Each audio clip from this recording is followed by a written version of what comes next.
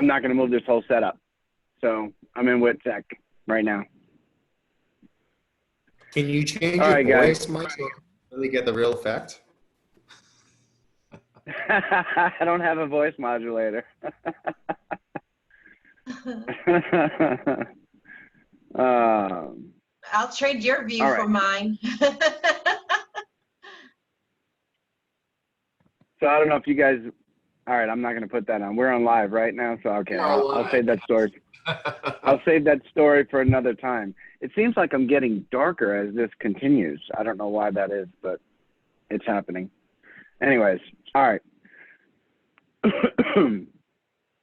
So today's number 7, and we're going to talk about what we talk about every day, right? So what we're doing is we're focused on what every successful agent does every day, right? So every day we're going to say these words to you. It's because we're pounding this home, this idea that we're lead generating no matter what we're doing, right? Whether we're making phone calls that are care calls to our current people, whether we're, you know, past clients, sphere of influence, it's all forms of lead generation. And those conversations, just like Jason Abrams said yesterday, and just like we've been saying for many days preceding that, this is just reaching out and talking to people, having conversations, building relationships, and bringing value to their life.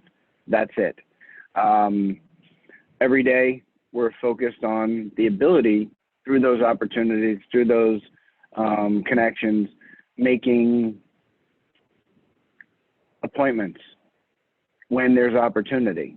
Appointments being this, right? Zoom calls, things like that, to get seller listings or to make buyer presentations. How many of you have still been taking an opportunity to look at broader view? Look at the broader view and the breadth of the real estate market. Check in your MLS to see what's happening so that you're up to date every day. How many properties are coming on the market? How many are back on the market? So how many are new? How many are back? How many price reductions? How many have gone pending? And how many have actually closed the sale? Because that's going to tell you, at least when you're having conversations with people, you'll be able to share with them, this is what's going on in our market today. This is your value. It's what you do, right? If they called a doctor, they had a problem, they would want to know, hey, what do I do about this? Right? I just called in to get another prescription because I can't get rid of this nagging cough. And yeah, guys, I'm good. No fever, no chills. This is just me being an ex-smoker and, you know, got over a cold and just didn't get out of me yet. But when I called them up, I told them, here, this is what's going on with me. This is what usually happens. What do you think I should do? So they give me a prescription for some steroid, something that's a cough suppressant, and an inhaler for me. They know what to do. They know what's going on. They understand what's happening. So as a realtor, your job is to know what's going on in the market, to have a feel for what's happening so that you can share the relevant information, have the answer to their questions, right? So that's your value proposition on that end. So today we're going to focus on how to win with your buyers, right? It's going to include finding your buyer, cultivating buyer leads, qualify buyer leads, and sign the buyer agreement. So that's what we're going to do today. How many of you, by a show of hands, head nods, thumbs ups, actually get buyer brokerage agreements signed? All right. So, okay, cool. Griselda, I got that face to mean like you're like, like you're ready to do it, just haven't yet. I'm ready, I understand. but I don't even know where to go to do it, how to, you know, I'm just here to learn, and I'm ready. I'm just ready to take off. Yep, gotcha. So what's the importance well, I imagine we're going to go into and cover that a little bit better. So where do we find our buyers? Well, 89% of buyers purchase their home through a real estate agent. So let's just call it 90%. right? So 90% of buyers are using real estate agent. 41% of the buyers found their agent through a referral from friends or family. 41%. So that's a huge chunk of those buyers, and they found it because they were referred, right?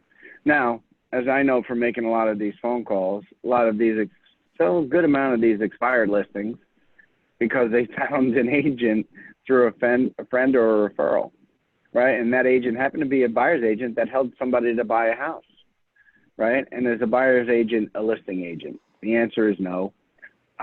Is a listing agent a buyer's agent? The answer is yeah, because we have the experience from both sides. So we actually can do a really good job and be super efficient in that way and negotiate great deals. So if we look at that and say, okay, that's where they're coming from. So when we're making our care calls, when we're making these other phone calls, we're showing people that we're a great person, a great asset to them to help them and help their friends and family when it's time for them to buy a home, right? So we're there for them.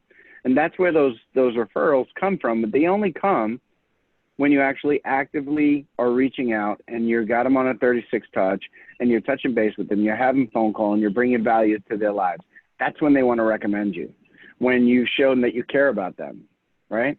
That's when it's really, that's when it works. So 75% of buyers interviewed only one real estate agent during their home search. Wow. I didn't realize it was quite that high. One agent, right? So that one agent gets all the opportunity. And do you think maybe they should interview more than that? When they're buying a home, somebody speak up. No, there's no need. Right, and that's what they'll say, there's no need. And yet they don't know what they don't know, right? Because making the purchase is just as important as selling your house, because the agent that helps you there, their commission's already installed. What's their value proposition to you at that point? If you're the buyer, what's your value proposition to me? And we don't really say it, and it goes unsaid many times. And if you're not telling your clients what value you bring to the table as a buyer's agent, you're missing an opportunity there, right? Because you get to work with them in single agency. And this is going to come up when we talk about the buyer-broker agreement. But when I work with you in single agency, it means that I am going to fight tooth and nail for every dime on that home and make sure you get the right purchase price. Make sure that you get the best value for that home. And that's not just when it comes to the actual home price, right? Because that's one part of it, but also when we talk about lenders. And I know that I've talked to a couple of you about this, but it's not just about the price of the home. At the end of the day, it's also about your monthly payment, right? So we want to interview lenders as well. So my script is always like, good, have you spoken with the lender? Okay, yeah, I have. Okay, Quicken Loans, whatever, sure. Okay, great. And, you know, as a professional, one of the values that I bring to you is not only to get you the best price on the home, also to make sure you're getting the best rate and payment in your lending. And so you should be, if you're not already, you should be working with multiple lenders and making them compete for your business to make sure you're getting the best price, rate, and service, because service matters when this comes in, right? Because I can give you a great rate. At the end of the day, if I can't close the deal and we're in the 11th hour and we can't actually get the lending approved or come back to you with a rate that's different what I originally said, are we going to have an issue? And a very good chance that we are, unless you make people fight for your business and compete, right? People are always apt to do more for you when there's some competition involved. So that's overall service, end-to-end, making sure that you get the best experience, service, and value out of this whole relationship. So 51% of the buyers visited an open house as a way to search for homes. 51%. Well, so in today's market, things are a little bit different, right?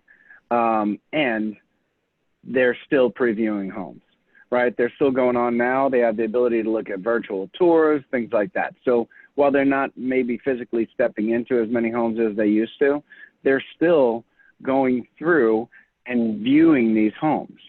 And it's getting them an idea to narrow down on the homes they want. So the big aha there is if you're a buyer's agent and that's what you want to focus on, or you plan on being a listing agent like me when I first started, right? I didn't have this huge amount of business. I walked in and literally had zero business. So I did open houses. And guess what? Buyers are sellers, right? You'll find that you'll run into buyers and they're also sellers because they need to sell a home in order to buy the current home they're looking for. So that's a great way to start to build a database of active people. Somebody who is literally, you can meet them one week and be closing on their new home in 30 to 45 days, provided that you can convert that buyer. So that's where you bring your value. So before we can begin to learn how to handle those leads that may want to buy real estate, we need to find our buyers. Remember, how you find your buyer will be related to what your business looks like. Do what works well for you, and if you're on a team, what works well for your team, if there's a strategy there to work with the buyers, right, and to convert. So finding them. Open houses, great way to find them. And this is obviously not for today, and yet it's still relevant in our conversation because this will be over at some point, and we'll go back to, you know what, the cool thing is I don't think we're ever going to go back to the straight up norm. This is going to be part of our new normal. And we have just been practicing and taking this away as we have other opportunity outside of our, like this is another tool in our toolkit. So while this is trouble and so on, in Japanese language, there's no word for disaster. It's opportunity, same word. So we found opportunity within this.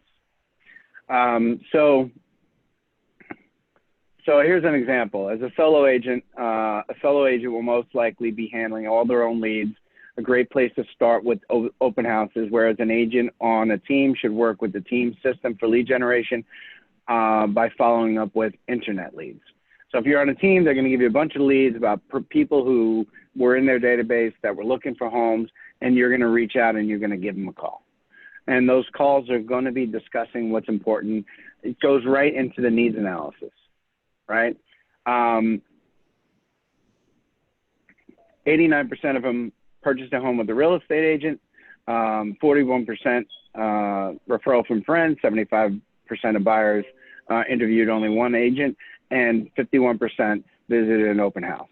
So taking these stats into consideration, where do you think you want to begin looking for buyers if it's you? So unmute yourself and tell me what your strategy is looking for buyers.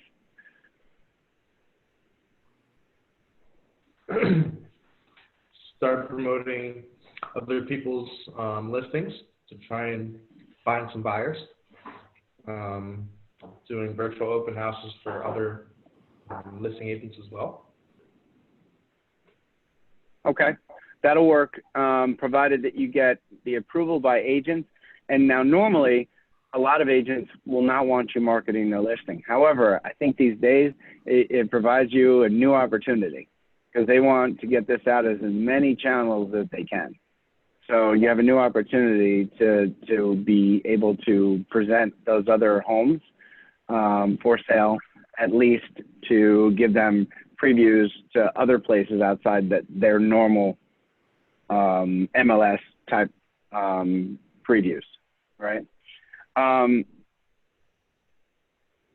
So I think, oh yeah. Mike, John, I'd like to add, I've done open houses when I did not have any listings for other agents. I've done an open house for Melissa, Tara, Mike Mucci, Karen Johnson, and a lot of times agents will post on our associate post, they're available. I don't do that. I go straight to the person and say, hey, I like this listing. It looks like it's priced right. Can I do an open house? And I give them the date and time. Okay, and tell me, go into a little bit more about how you spoke to them, got their approval to do that, and what that looked like. Well, first, I take a look at the office listings within the MLS, because you're able to do that on your dashboard. And from there, I filter for the vacant properties. Now, I've also done one where it's owner occupied, but basically, if it's vacant, I see it as an easier win that they would allow me to do the open house. And so I also take a look at just a quick CMA by going to IMAP, clicking on that I, and it gives me a good point of reference if the listing is priced well. And Okay. those are I go after. And the price for me doesn't really matter. And also, I've also done it where I was targeting a neighborhood. Like I wanted to be in Coral Springs, so I made certain I was looking at Coral Springs and Parkland homes. Gotcha. So perfect. So you're deciding where you want to work and contacting those agents to make sure that it's okay with them to go ahead and do their to promote their listings. And that's exactly how it should be. And I think these days, you'll definitely get a higher percentage of people who say, yeah, go for it. So that's a good thought process. Let's see. That's great, because I've worked in the other office I've worked in, agents don't just let you hold open houses. They make you set up an agreement, like everything's 50, whatever leads you bring in, So, I mean, just the fact that I'm sure there's going to be some agents that want some type of agreement here too. But the fact that you guys are more open towards it, I love that. Yeah, and that's how I sort of started, is just getting to just shadow an open house, and then started to do some with other agents. And before I knew it, I was training agents to do open houses. They were coming out with me, and I haven't done what I would say is a tremendous amount of open houses. I've done quite a few, and I've learned how to convert buyers, because just being able to be in the coaching groups every morning and then finding out what works, fine-tuning those scripts to where I just get what I want by helping those people get what they want. So hear that. I get what I want by helping those people get what they want. That's your focus. That's your mindset.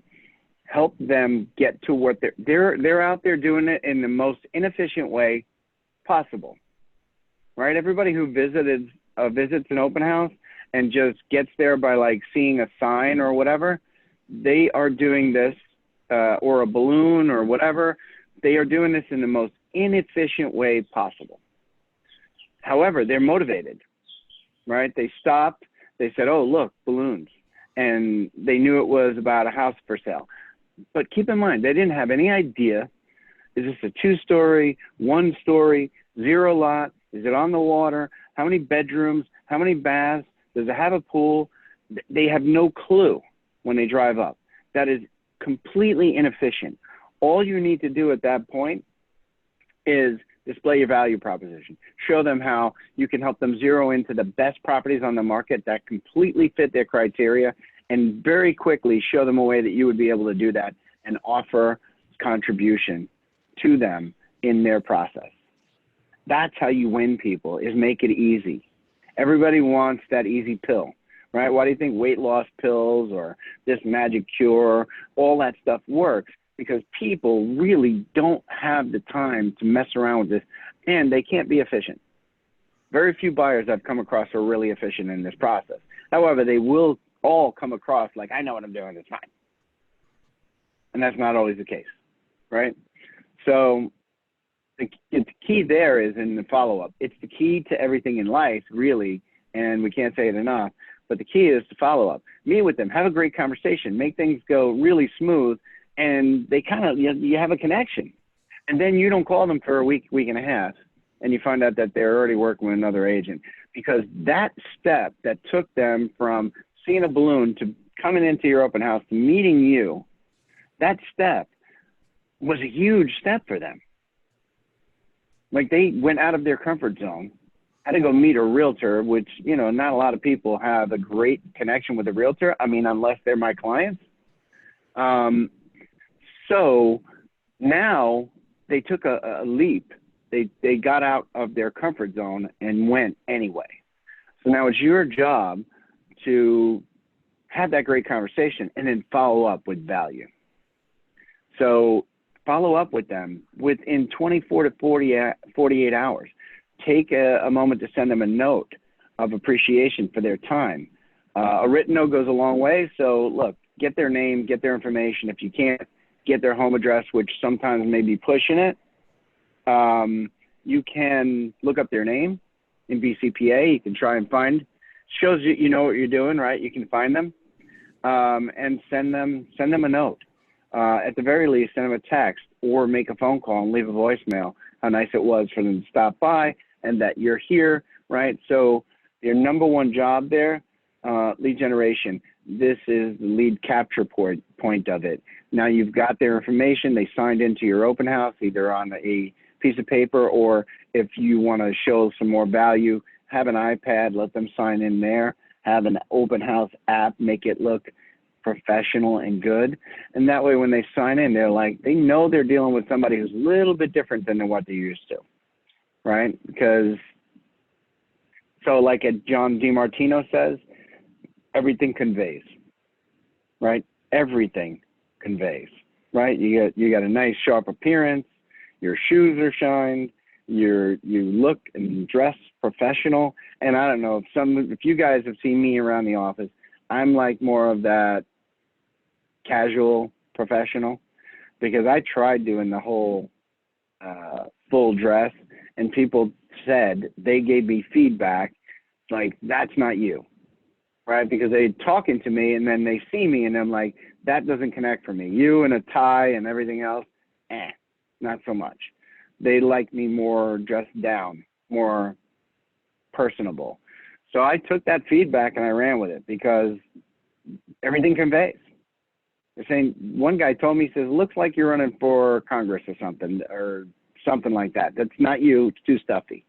Then another person who met me twice, because I went back for a listing appointment, didn't get it the first time, went back, met them again, and I just happened to be a little more casual that day. And they said, I like this mic better. I heard, I listened, I followed, and so far it works. So too professional looking for me doesn't work. For other people, it works perfect. It doesn't work for me. You've found the lead. Now you need to cultivate, nurture them. Cultivating the lead means that you place them on an interactive and action-based touch program. So that open house lead, or that lead that you met through a virtual open house or something like that, in this case, immediately you need to start being proactive. You need to start cultivating that lead. And that means you're going to put them on the touch program. You're going to start to put them into a neighborhood nurture, where, you know, start building that relationship. Find out where they live. So that's questions that you'll ask in your open house. So one of my first one is, hey, welcome to our open house. How did you find us today? What's important about how did you find us today? Unmute yourself and answer that question. Was it through a referral? Were they searching? Or did they hear through Keller Williams? You know, all those things are very relevant. Well, think about it. How did they find us? So you can track how your leads came in. Yeah, and follow up to more of that question. Somebody give me, how did you find us today? And give them a couple of options. Let me hear what you would say. it's a very open-ended question. It gives them any direction that they want to go in. It could be Zillow. It could be I found your sign. It could be I've been looking for a while. It could be my agent sent me, or it's Sure. a very open question. Sure. And so we want to be more specific, right? So when they visit an open house that I'm running, I'm going to say, how did you find us today? Were you out shopping specifically for this home? Did you see it on the internet? Or did you just see the signs? Or are you one of the neighbors? Right? Because typically I door knock in a neighborhood, inviting the neighbors to see the property. And really, that's not why I'm door knocking. I'm finding out who else might be a seller or a buyer in that neighborhood. Okay? So I'm going to invite them to see the property, and now I'm going to ask those 3 questions. Did you specifically see this house on the internet and notice that we had an open house? Were you out driving around and see the signs? Did you see our signs and that's what drew you in here? Or are you one of the neighbors that I invited to see the property? Now, depending on what I get an answer, I'm going to take that lead and put them in a very specific basket. Yeah, we saw it on the internet. Now I know one thing that is the most important thing to know. They are interested in that specific home. Okay? So now I know I've got a real live buyer who is interested in seeing that home. So my very next question to that person is, who's your realtor? Think about that question. I have just locked them in to a question that they must answer. That is, the answer to that is uber valuable to me. Okay? Because what most agents ask is, are you working with a realtor? I've just handed you the opportunity to get out of my ability to convert you as a lead, didn't I? Because what's your answer? Yep, just want to see the house. Now I just lost you because I handed you your get out of jail free, right? You got your card. I don't know why. I was just playing Monopoly with my son. I haven't played Monopoly in years. So, yeah. I found myself in jail quite a few times. So we had to negotiate properties and all kinds of problems. Anyway, I lost horribly. I don't like Monopoly. Anyways, the thought process there is that when I ask them, who's your realtor? It should really, if they have a real relationship with an agent, it should really be on the tip of their tongue. And if they've got to stutter and stammer and all kinds of stuff to come up with the name, I've got a really good feeling that maybe that relationship isn't so tight. So I'm smelling opportunity for me by showing my value. And I've asked that question of people, and people have come back with interesting answers that help me convert them pretty easily. They've also come up with answers that are a bit more difficult, like, yeah, my sister-in-law or my cousin. And I still probe and go deeper, right? And yeah, their cousin was a realtor, lived right in Boca Raton, showed our value, showed my professionalism, and wound up taking that buyer, agreeing to pay their realtor cousin a referral fee when I helped them sell their house and buy this current house.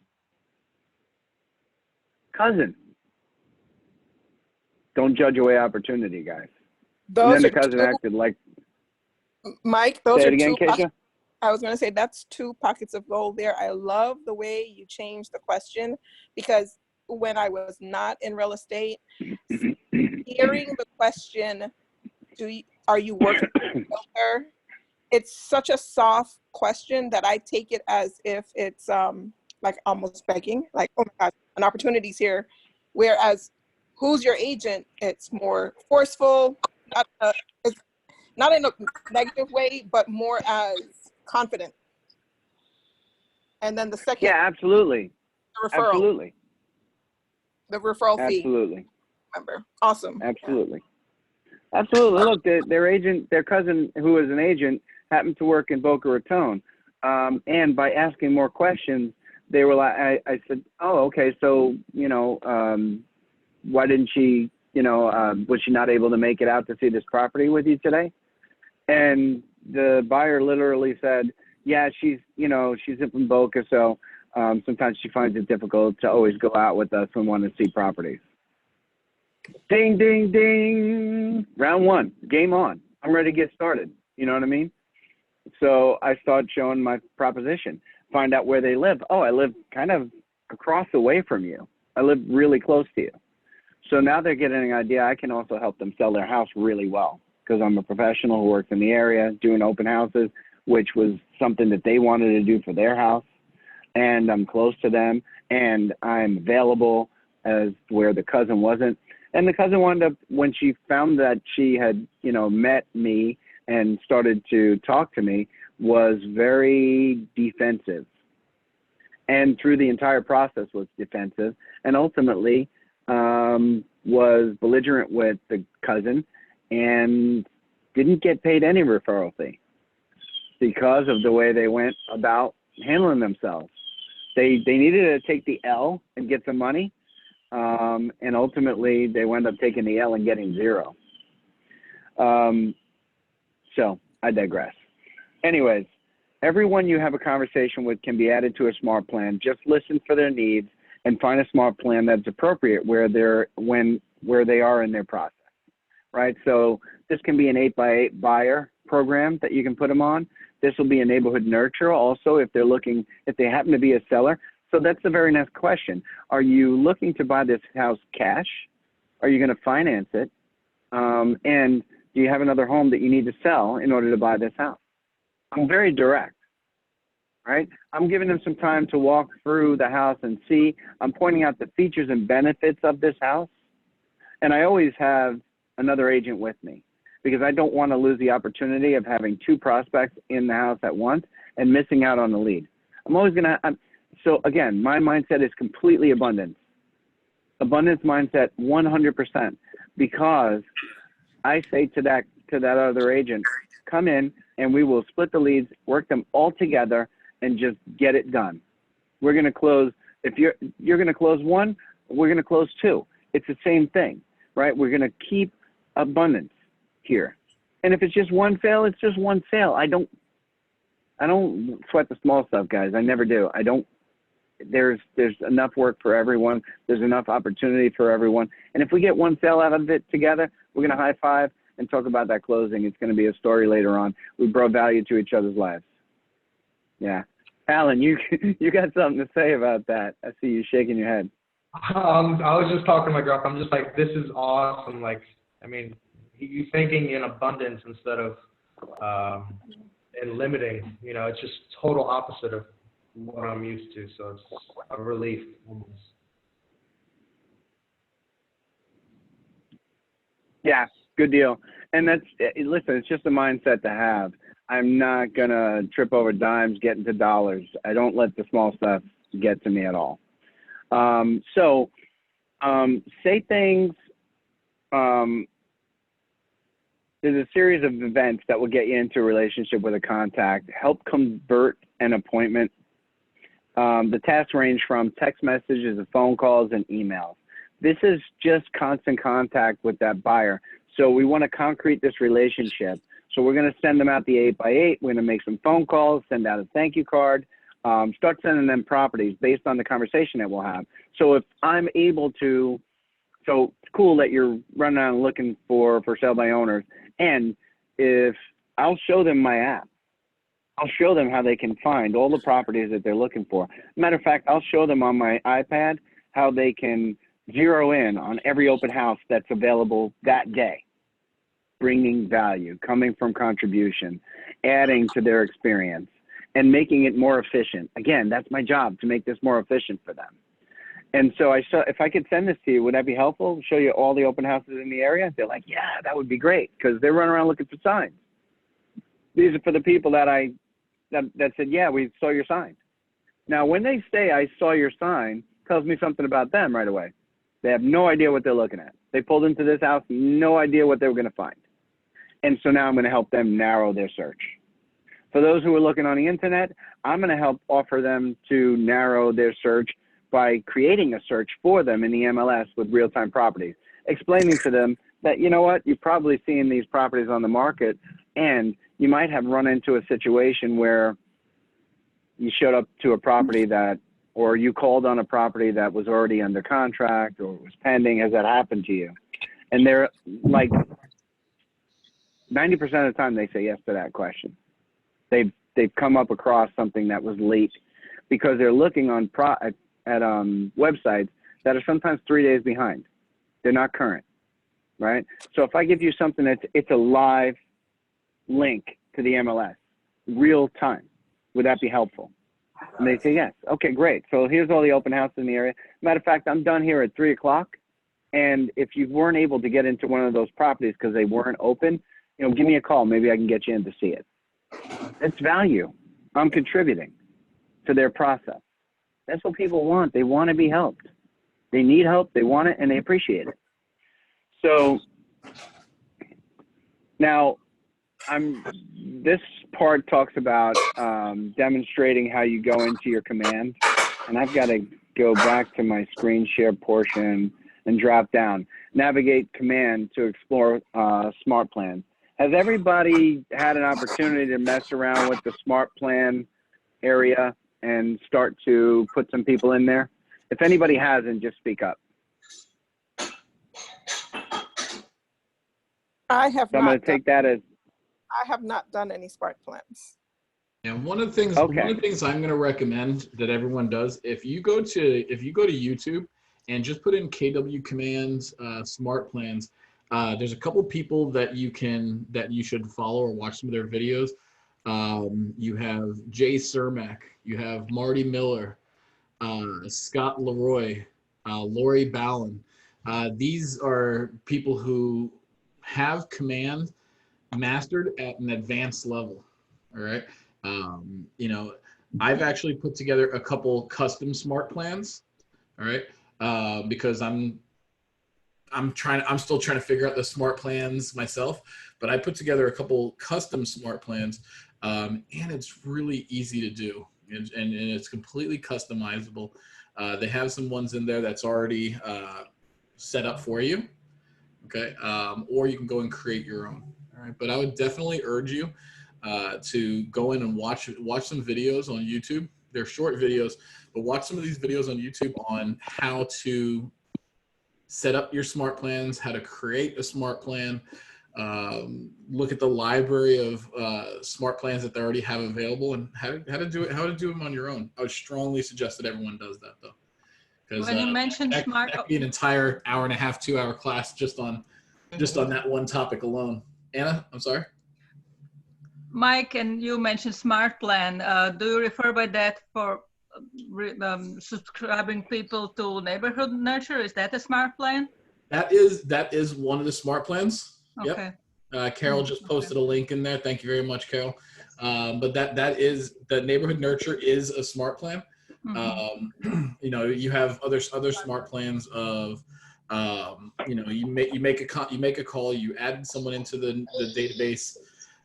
There's a smart plan gets triggered where 3 days later you send them a follow-up text message. 2 days after that you send them an email. 3 days after that you send. So I mean, it's to build a relationship and then cement the relationship, right? And that's where those smart plans really come in handy too. But I would definitely, I know Carol just added that one video link down there. I would definitely recommend that you go in and master this, because remember, we're communicating with our clients on the daily. They're going to remember us when they're ready to make that purchase or sale. You know what I like about the KW command playlist on YouTube? That each videos are like maybe the max 2-3 minutes long, and it's step by step. Like I did the command, the nurture plan for my friend, and he has been receiving like houses and neighborhood catered to him. So I mean, it's amazing. It's easy.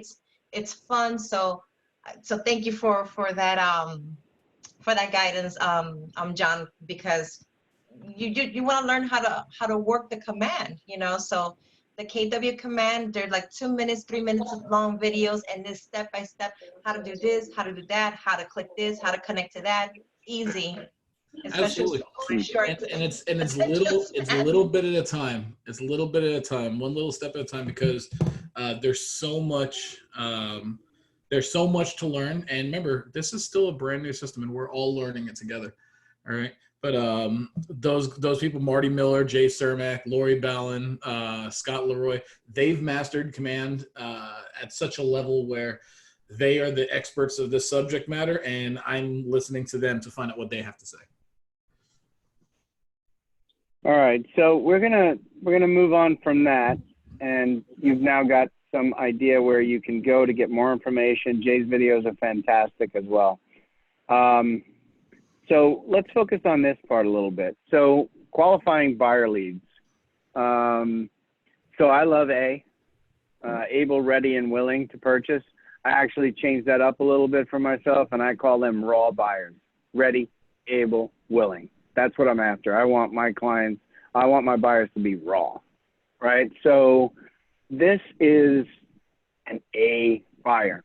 Those people are going, you are going to be attached to them at the hip because they're going to buy. We've seen it before where we've met them at open houses. We're doing something else. Maybe we're in another transaction and didn't follow up. I'm guilty, right? The way we should have. And John and I, as experienced as we are, we have seen somebody at an open house and then saw them closing on a transaction in our own market center. We didn't follow up the right way. It happened to us. Remember that, John? Oh, I remember that. It was painful. Yeah. That was painful, and I could have been upset with him, but I was more upset with myself. Yeah, and that's it. It's not on them. It's on us. You failed to discover that person was wrong, and you missed it. You didn't quite catch it. So you got to be attached to these people, intuitive, and really feel them out and know where they land, right? And A buyers are going to keep you busy if you connect with them, convert them, and then follow up consistently. They're going to keep you busy. So B, they're able, they're ready. It's just not right now. So they're able. They don't have a property that they need to sell. They're going to rent their current property that they're living in, and they just need to buy something. Just not ready to make that move just yet. So those people are going to go on to a smart plan, and it's going to be the same smart plan, an 8 buyer type of plan, a longer-term neighborhood nurture, also a 36 touch, and we're going to keep in touch with them just a little bit less than we'll keep in touch with that full-on A buyer. And we're going to take notes on them to find out and go deeper into what their needs are. Why not now? If not now, why? And if not now, when? And now we're going to make a plan to keep following up to them until that date that they said they were ready, right? And C is they're not ready, not now, or not able, but they're interested. Again, this is another type of lead. It's going to be on a 36 touch, and we're going to keep following up with them, making those quarterly phone calls until we figure out when is the right time, how we can cause them to be more ready, what services we can offer to make this process happen for them. These are the people where I call it the make it happen people. You have now ability to make it happen for them, right? We're talking to them about, do you need a lender? What's causing you to not be ready right now? How can I help you with that process? Contribution. If you're extending that hand to make this dream come true for them, and you're part of the process with them, you're a natural selection to be the agent that helps them find the house. It's your job now to keep connected with them. They've told you they've got a need.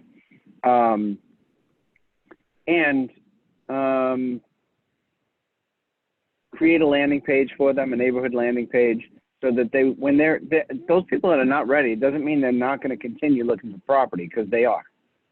They want to do this. They're just not ready. Your job is to provide them the content that they can view using your applications, and that way you can see how often they're reaching, and that will give you an insight into how serious they are about doing this. So Mike? Here's your typical buyer lead. Yes, can you hear me? Yes. Can you? What is neighborhood landing page? John, you want to expound on that a little bit? So yeah, neighborhood landing page is when you put someone into your smart plan. I'm sorry, into your database, and you put in their address. It's going to ask you to select it's going to select the neighborhood. So let's say you have 123 Main Street and it's in Plantation Acres. Okay, the neighborhood is Plantation Acres. That neighborhood is connected to that client, so that when your client gets an email, your monthly neighborhood nurture email, hey, this is what's going on in your neighborhood. I'm gonna get an email that's talking about what's happening in Sawgrass Estates, where the other person is gonna get a neighborhood nurture of everything that's happening in Plantation Acres, whereas someone else might be getting another one, everything that's happening in fill in the blank, whatever neighborhood there is, you know. But each neighborhood is gonna have its own, essentially its own landing page. Okay. Thank you. Hey, John. Yes, If you have them on multiple neighborhoods, you can. Aren't how you does in that class? work? Yep, you can. Why? So when's your next class? Yeah, sorry, Alan. Yes, you can. You can put in multiple addresses, and it's going to ask which neighborhoods they are. Now you do have, I believe you do have to select a primary neighborhood for them. But yeah, you could definitely put in those multiple areas, multiple addresses. All right, so we're looking now at our buyer lead sheet, and you can find this in your toolkit. I believe that's going to be under resources. I think we have that there. So this is, you're going to focus on, obviously, the information that you see. Also, you want to focus on their price point, right? Because it's another thing that people who show up at open houses, they have no idea. Again, they saw signs. They have no idea what the price is. They could be looking at a $300,000 house, and they walk into an open house for a $500,000 property. They don't know. They just saw balloons, right? So also motivation. When, why, what's the purpose of this? Get that information, because motivation is the key to everything else. Location. Are they in that city in an open house because that's the only city they are considering, or would they consider moving to a different city if they were find the right house? Super important question, because you don't want to narrow the field too thin and that way put them out of options. And so we don't know until we ask these questions. What's the wants and needs? This house is, and I'll tell them straight up, this house is got a pool that's on the water. Is that important to you? Is that something you need? Right? And a lot of times it's no, I actually don't care if it has this or that. Maybe, yeah, sure. If it had a community pool, that would be cool. What's your timeline for buying a home? These are literally, if you ask all these questions to everybody who walked into an open house, you got gold. You got gold right there. Finances. Are you buying this house cash? Are you financing? Are you already working with a lender, right? Availability. If you were to go out and see some houses, when is typically the best time for us to get together? Again, it's about you, right? Okay, when do you like to be contacted with some of this information? Is mornings best for me to send any information? Is it the middle of the day, afternoon, when I see just the right property? It doesn't matter what time it is. How do you like to be contacted? Do you like to be called? Do you like to be texted? Email? What works best for you? So find out more. Contact them the way they want to be contacted with the information that's really important to them. Make sense, guys? All right, so you want to avoid wasting time with them, especially those that are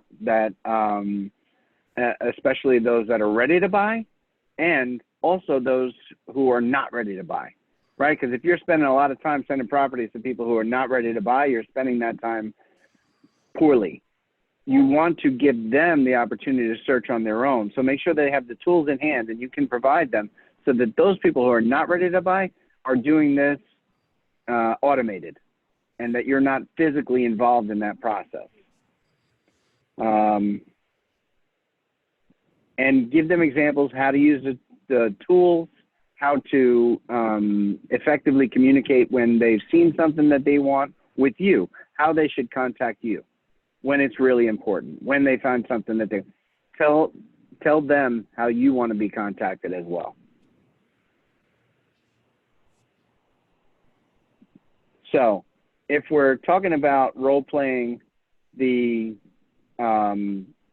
qualifying your buyers, let's see, who wants to work with me on this? Is it John? Sure. Yeah, so let's look at this and see if they provide the best questions for us. So walk into my open house, John. Okay. Knock on a door, man.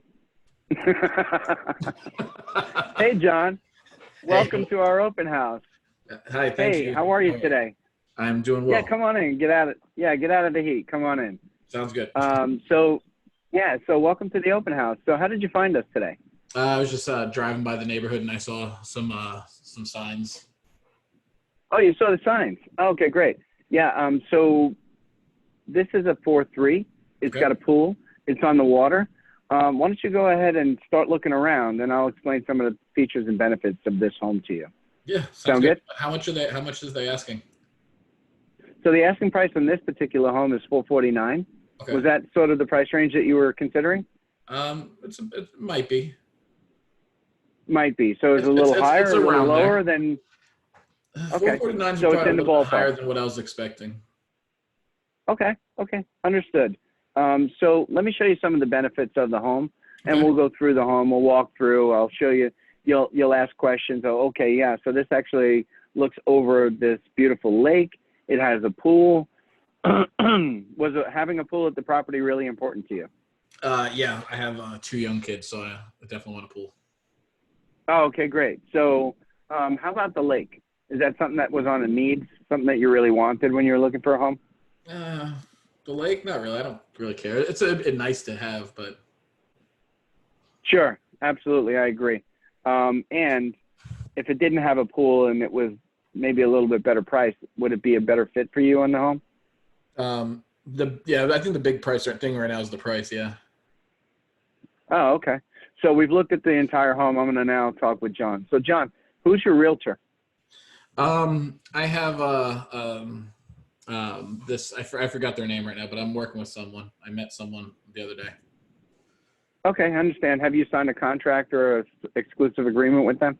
No. They were just recommended by a friend. Sure.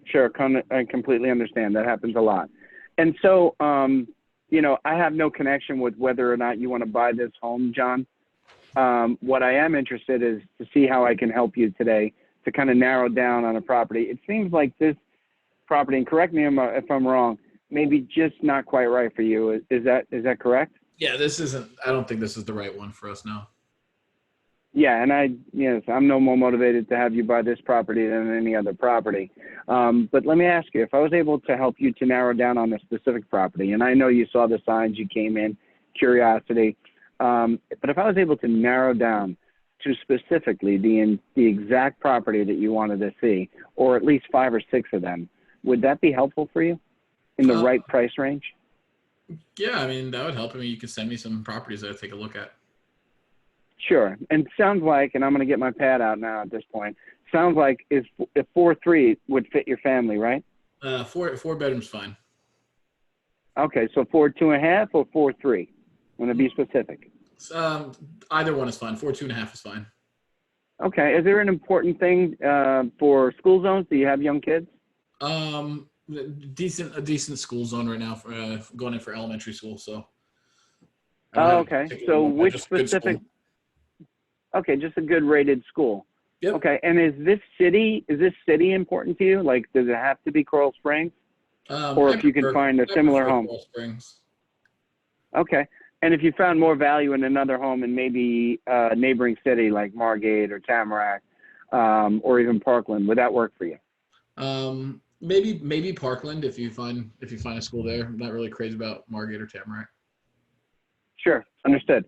Okay, so how else can I help? I mean, what else is important about it? Do you want a home that's in a neighborhood where it's gated or has an association, or would you prefer that not be the case? I think I don't need a gated community. It'd be nice, but I don't really need a gated community. I definitely want something that has a big backyard, though. We have 2 dogs also, so I definitely want something with a big backyard. Okay. What kind of dogs? 2 boxers.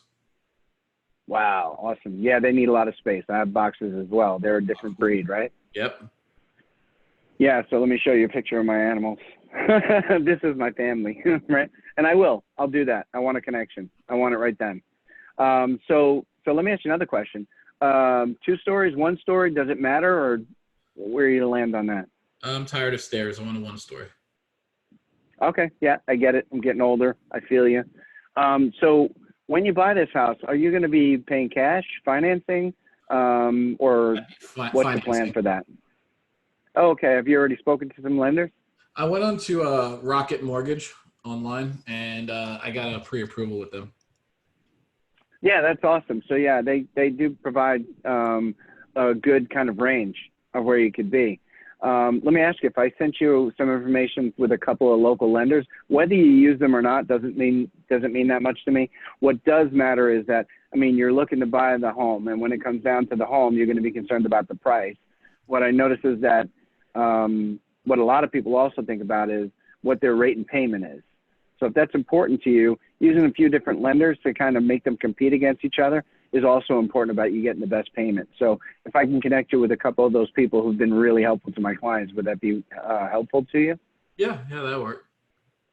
Okay, great. So all I'm going to need is your email address and your phone number. Matter of fact, I've got this sheet. Why don't you sign in? Okay. That way I'll have that, and I'll send you that information.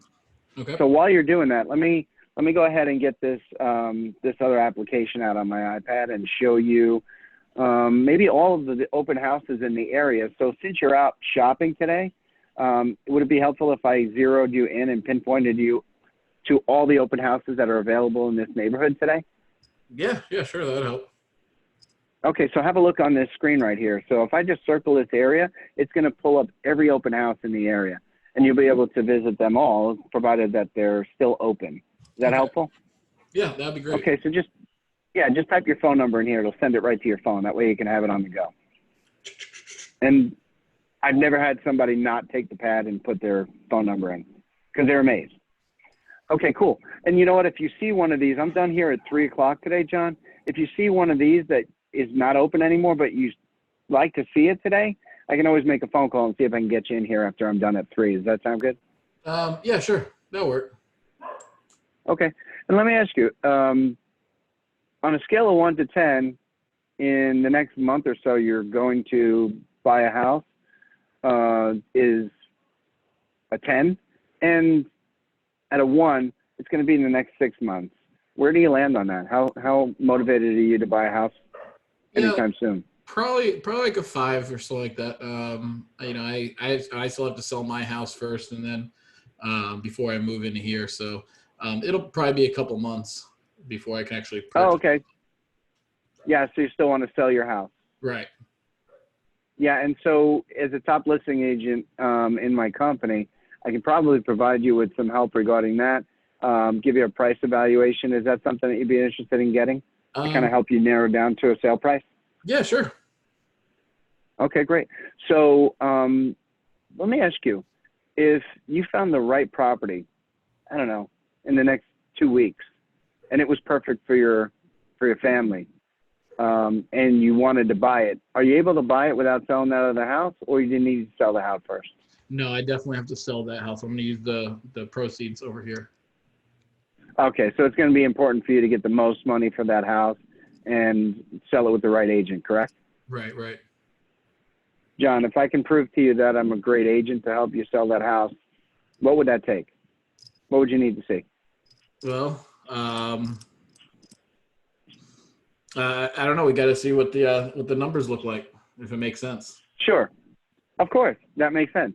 And that's exactly where I'm going with that. I'd love to sit down with you and have a consultation, show you what I think your house will sell for, give you some information about what's selling in the area and what those closed sales are, and give you an idea what your net proceeds, because I really, in order to get to the end with you buying a house, we have to start with the beginning and then go to the end. So the beginning is, what will you net when you sell your house? That'll put you in a comfortable position to buy your next house, because, you know, ultimately you may wind up spending on the next house. You may be able to spend a little more or a little less, depending on the proceeds of your house. So when you're going to look for a house, that's a really important number to know. Would you agree? Yeah.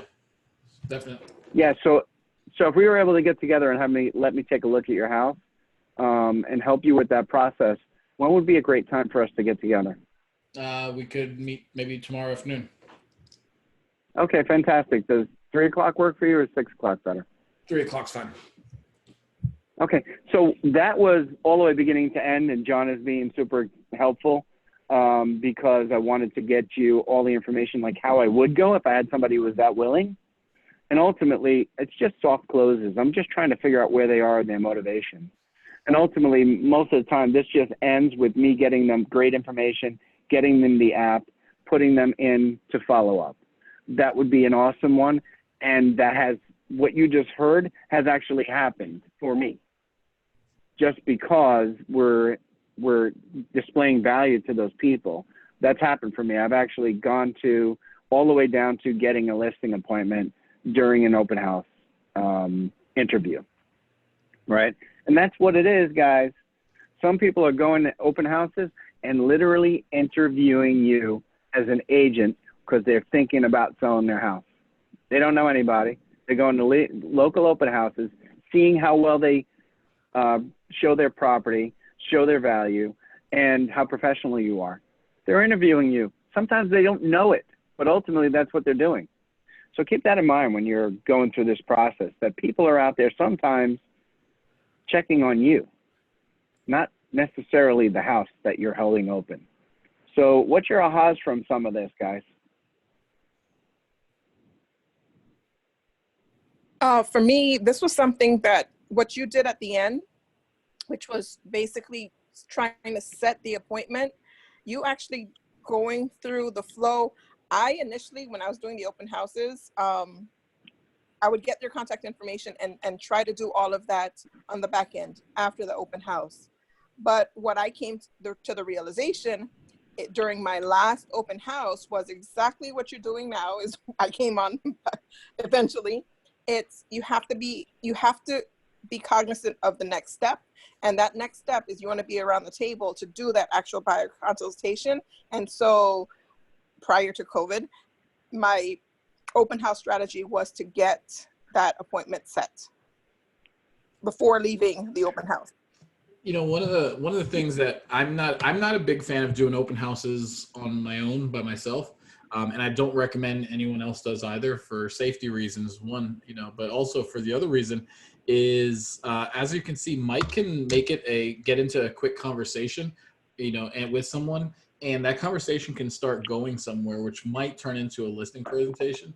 And if you're tag teaming a open house, you're with somebody else. One party Mike can have that conversation with that potential buyer that just walked in, and I can handle another buyer that just walks in. Right? If you're doing an open house by yourself, it's possible that you're missing out on 2 different opportunities. Okay, there's a saying: if you chase 2 rabbits, you're not gonna catch either one of them. Okay, so and it's the same thing with this. So tag team on a open house with somebody else, and Keisha, definitely go for that appointment. One of the things that I said in that role play was I gave Mike, I kind of threw out there that I can't buy a house until I sell mine, and he picked up on that and was like, boom, let's go for the jugular now, right? And he went and said, hey, Oh, yeah. let's set an appointment for a seller. He immediately went into as a top listing agent, all right? So he changed it up on me. He's no longer talking to me about buying a home. He switched it up. Why? Because he was listening to what I was saying. He was paying attention to what I was saying, and he saw opportunity. He saw blood in the water and decided to jump at it. Well, you can't buy a home until you sell it. So we got to start with the end in mind. You want to buy a house, first thing you need to do is sell your house. That becomes the important piece. And look, you took that horse out of the barn, so I'm just going to ride that thing. Yep. Like, let's go. You know, so, and yeah, it's good to have a couple different people at your open house too, because personalities, right? Where John may connect with somebody a little bit more, I tend to be aggressive. And ultimately, if I could see them getting that impression of me, I'm like, yeah, I'm a little aggressive. Yeah, and you would want an aggressive agent when you're looking to sell your house, wouldn't you? I'm gonna go right for it. Look, I can see that you feel like maybe I'm a little aggressive, and when you're selling your house, you want an aggressive agent, right? So I'm not pushy. I am persistent, and the kind of people that you want working for you. I mean, when you're selling your house and you want the best price, do you want a, you know, a pit bull or, you know, a pussycat, right? So think about that, you know? So at the end of the day, has your thinking changed about this, right? Do you feel differently about the opportunity that an open house or a virtual open house or something that might bring you? And if you took a little bit away from this and go, you know what, there's opportunity here. I need to work on my scripts.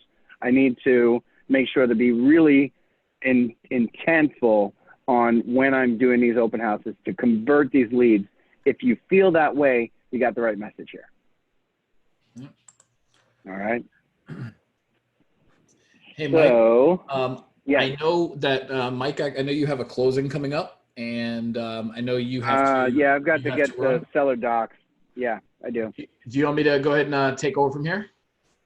Yeah, would you? Because I've got to get a couple things together and go and meet these people to sign their seller docs. Not a problem. Congratulations on your closing. Go ahead and take that. I'm going to go and share my screen right now.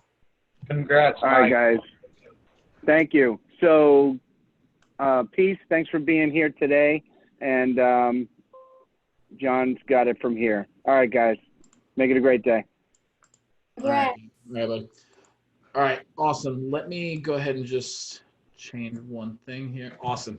So yeah, you know, and remember, he spent a lot of time talking about the open house and working an open house.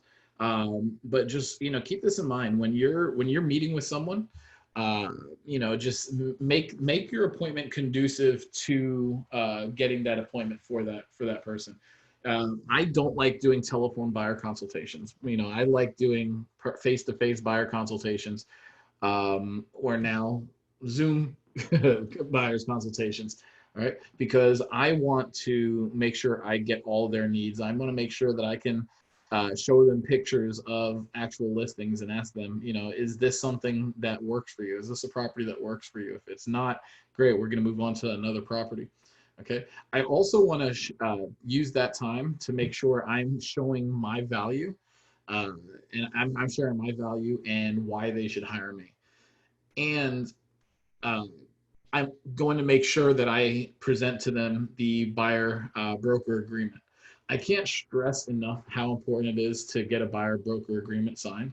Alan, I know you mentioned that you do work with buyer broker agreements. So I've only used, let's see, I've only had 2 of my buyers that I was working with not sign a buyer broker agreement. I got screwed out of 2 deals, and both of those deals were by the people that I did not have them sign a buyer broker agreement.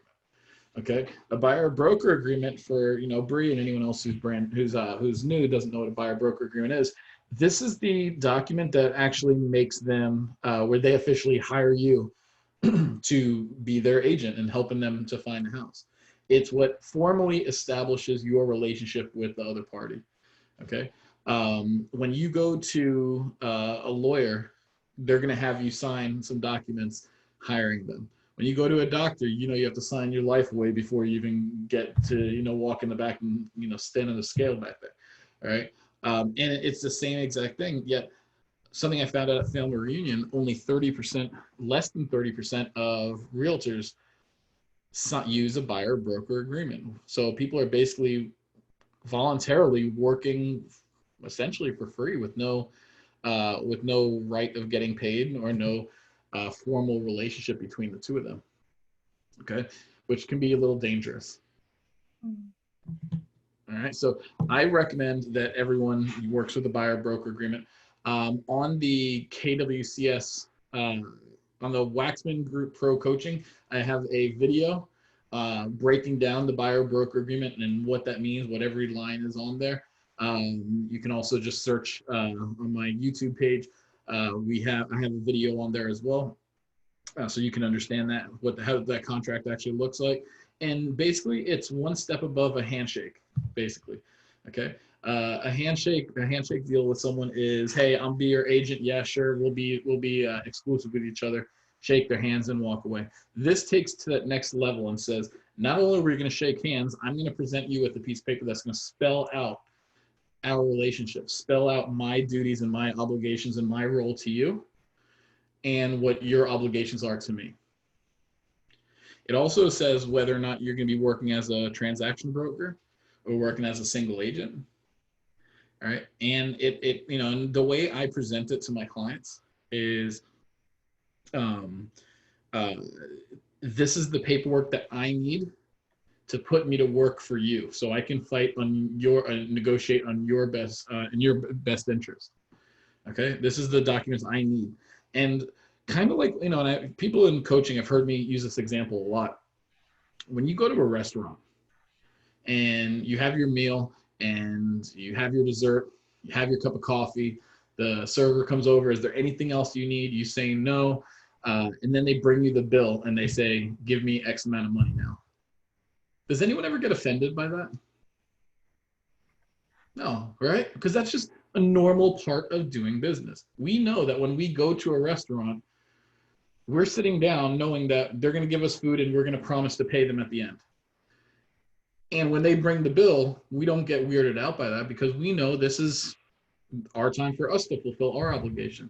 We're paying for a service. Paying for a service, exactly. And by sitting down at a buyer's consultation, sitting down and presenting them the buyer-broker agreement is the same thing. Make that a normal part of doing business. Don't make it weird. Don't make it awkward. Okay, you know, I've seen people do it awkward. I've done it awkward myself in the very beginning.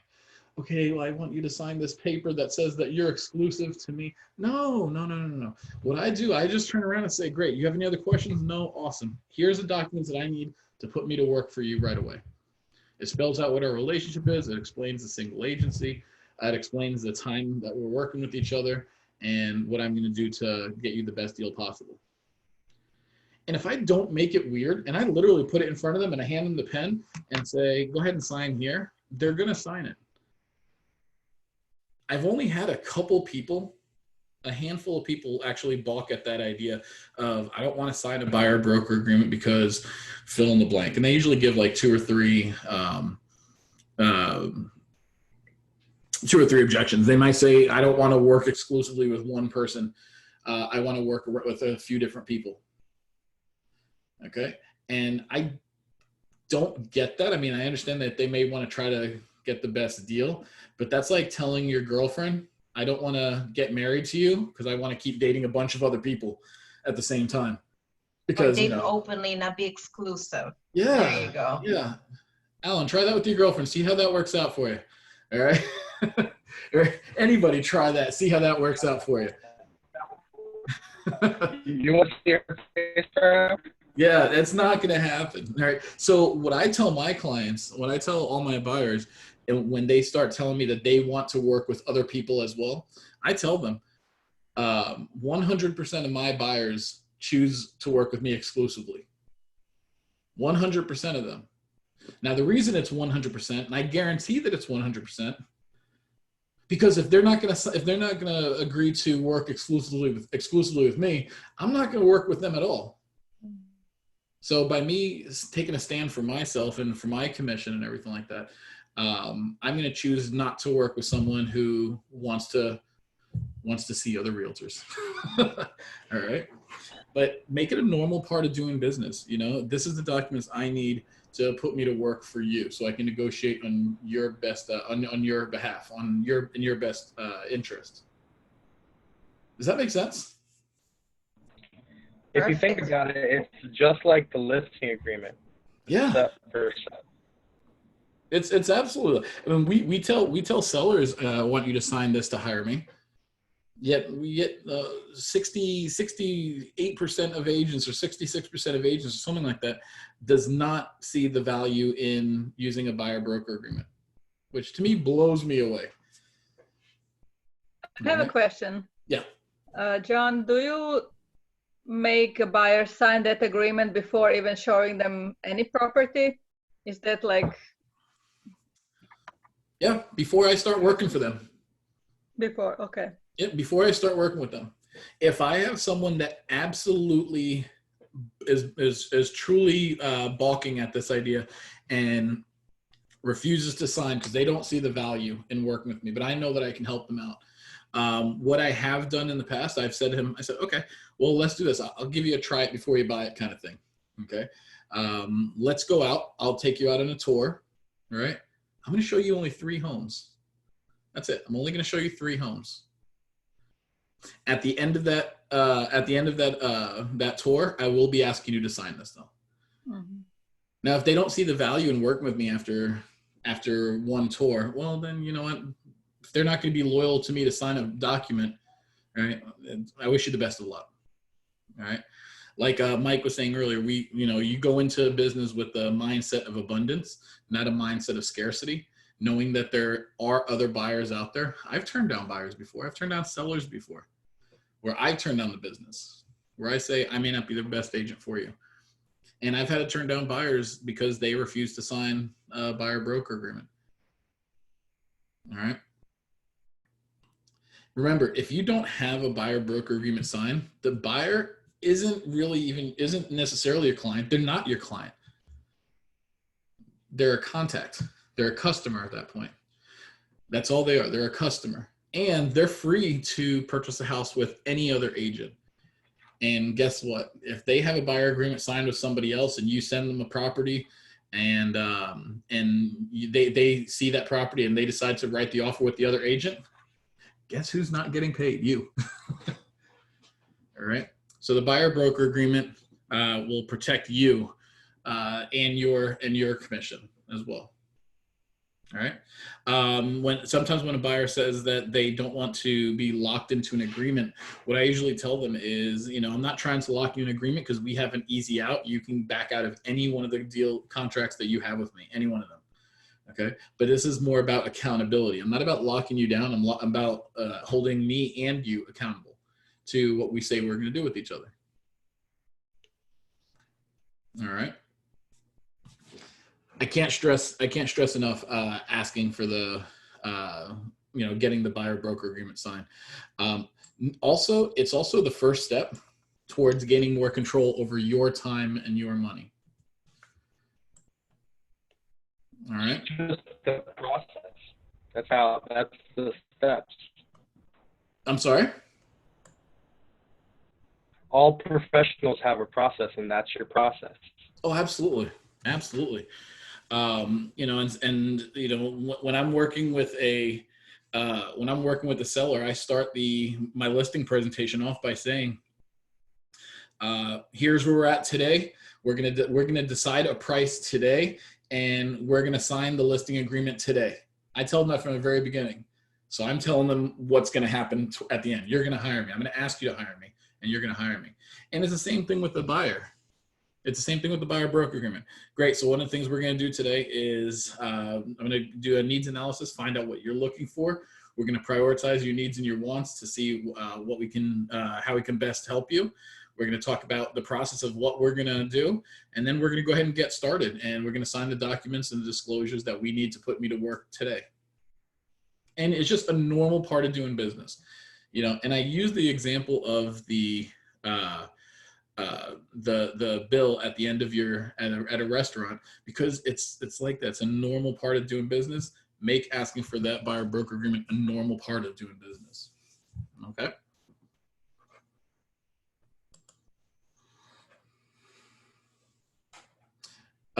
The NAR's 2019 profile of home buyers and sellers show that 90% of buyers will use the agent again and again, or recommend that agent to other people. And most of the time, I'm sorry, they say 90% of them will, and only 12% of people do. Everyone has buyers and sellers all have the intention of using their same agent again, and only 12% actually do use them again. And the reason is because they don't keep in touch with them. They don't stay in touch with them. So your homework for today is go through your contact list. All right, actually first go watch some of those videos of how to create the smart plans and which smart plans you want to put them on. All right, but then your next piece of homework is going into all your contacts and putting them on a neighborhood nurture smart plan for everyone that you have an address on. All right, and by keeping in touch with them regularly and consistently, they're going to call you when they're ready to buy, sell, or invest in real estate. But it's up to you. You have to stay in touch with them. Because if not, I promise you, I'm going to take them. if I find them, I'm going to take them. All right. One of the things that I do is when I sell a house, I keep in. I know after about 2 weeks after the sale, my seller's happy. He got his money. He's done. I'm going to keep in touch with him. But the buyer, the person who purchased the home, I'm going to reach out to them about 2 weeks later. And I'm going to send them a thank you card. I'm going to send them I'm going to give them a telephone call. I might even send them a small closing gift and just say, hey, congratulations on purchasing the home. It was great working with you. If there's anything I could do, please let me know. Here's my contact information. By the way, would you like me to add you to, I like to keep my friends and family up to date on local market information. Can I add you to that list? Yeah, sure. What I'm doing is betting that their agent is going to be one of those 78% of agents that do not keep in touch with their client. I refer to that, they're referred to as orphan clients. So I'm going to bet on the fact that their agent is not going to speak with them. I'm the one that's going to follow up with them. And 4, 5, 6, 7 years later, when they're ready to purchase, they're going to say, hey, you know what? I forgot the person who sold me this house. I forgot his name. That agent never called me. However, the listing agent, John DiMartino, hey, he sold this house once, and he might be able to sell it again. He's been in touch with me. All right. So keep in touch with everybody that you can. Everybody you can get their contact information, put them in your database, put them on smart plans, keep in touch with them, and cement that relationship so you can have a lifelong of business from them. All right.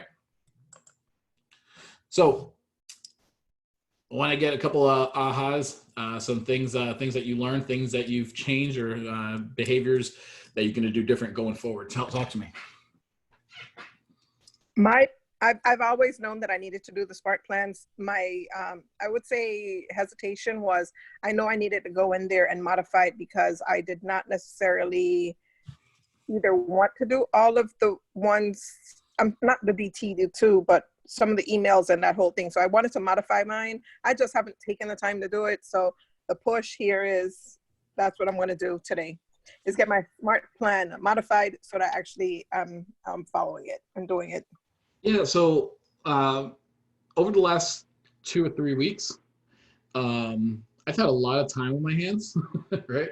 And as we all have, and I've done a lot more of the chores that I've had to do around the house. Some projects that I've wanted to do, put up that new curtain rod, pressure wash this, clean the deck, do this, do that, because we all have more time. And right now, while we all have more time, now's the time to do these kind of things. Now's the time to shut the door to your office and just work your database. If it's not set up your database. If your smart plans aren't set up your smart plans. Now's the time to do things, because once things get back to, and I hate calling this normal, but once things go back to normal, life is going to start happening again. It's going to start going at 100 miles an hour, and we're not going to ever have time again we're not going to have this amount of time ever again to do anything. So take advantage of every minute we have right now. All right. Instead of just binge watching Netflix and all these, instead of binge watching Tiger King and all that stuff, right? Just go, yeah, I saw it. But instead of that, just start working on your business. Work on doing the things that you procrastinated. Work on doing the things that you said you wanted to do, but you're not going to do until you have more time to do. All right? Go through your database. And if you have someone that, go through to see everyone who's missing their birthdays in your database, and then go on Facebook, stalk them, find out their birthdays, put their birthdays in there. I was doing this this weekend, fixing up my database a little bit, and I saw past clients. You're gonna love this. I had past clients that they were my buyers, that I didn't even have the address of the house that I sold them into my database yet. All right, what a huge missed opportunity. So that's what I did. I went through and I made sure that they had all their addresses. Alan, that's how I know you can put in 2 addresses, because I just did that to a couple of my clients this weekend. All right. But work your database. We have the time right now. All right. Give me one more and then we'll go ahead and wrap up. One more. Well, thank you for enlightening me about the buyer-broker agreement. You know, it's these are like little steps that you don't, you know, details that's very important, you know, to keep in mind. But no, I'm just learning as we go. I'm just like, wow, there's a lot of meat. The best part is we all are learning. Yeah. All right, we're all learning, and you know what? We're all learning different things and different ways to do new ways to do different things all the time. I'm trying to see if I could get that link right now to the buyer broker agreement so you can watch that quick video. And then I'll put that link in the page here. John, while you're doing that, Mm-hmm. I've watched the Sarah Finkelstein buyer consultation on YouTube, but I think there's somebody else that you all recommend to watch. There, is it Nikki Ubaldini or I don't know? Nikki Ubaldini has a great buyer's consultation. Okay. All right. She has a great buyer's consultation online. She asks 3 or 4 questions deep. Tell me about this. Why do you want that? What's important to you about that? And what will that do for you and your family? So she actually goes 3 deep. The Sarah Finkelstein, she's no longer with Keller Williams, and she still did an amazing buyer consultation. And that's kind of one of the ways I've kind of modeled my buyer's consultations was after hers. I learned from her. All right. Okay, thanks. Yeah, I just posted the link to my video on the buyer broker agreement, Zelda, so you can go in there and watch that. I think it's what is it? It's 15 minutes long. It's just 15 minutes, but it breaks down the buyer broker agreement so you know everything that's in there and how to explain it to your client. All right. Awesome, guys. Also, I have a quick question. I'm sorry, as I was texting back and forth because I'm always getting these people from another country that they're trying to sell their property. Now, if I need someone to help me break down their contract because they want to see if there's a way out of that loophole, who can I discuss that with? I'll give you a call. I'll give you a call in a little bit, and we'll discuss that details. Okay, perfect. Pretty specific. Thank you. All right. Everyone else, have a great rest of the day. Be productive. Go manage your database and learn about them smart plans, everyone. Okay. All right. Awesome. Thank you so much. Absolutely. Always a pleasure. We'll see you guys tomorrow. Thanks, John. Absolutely. Take care. Have a wonderful day, everybody. You too. You too, Carol. Thank you.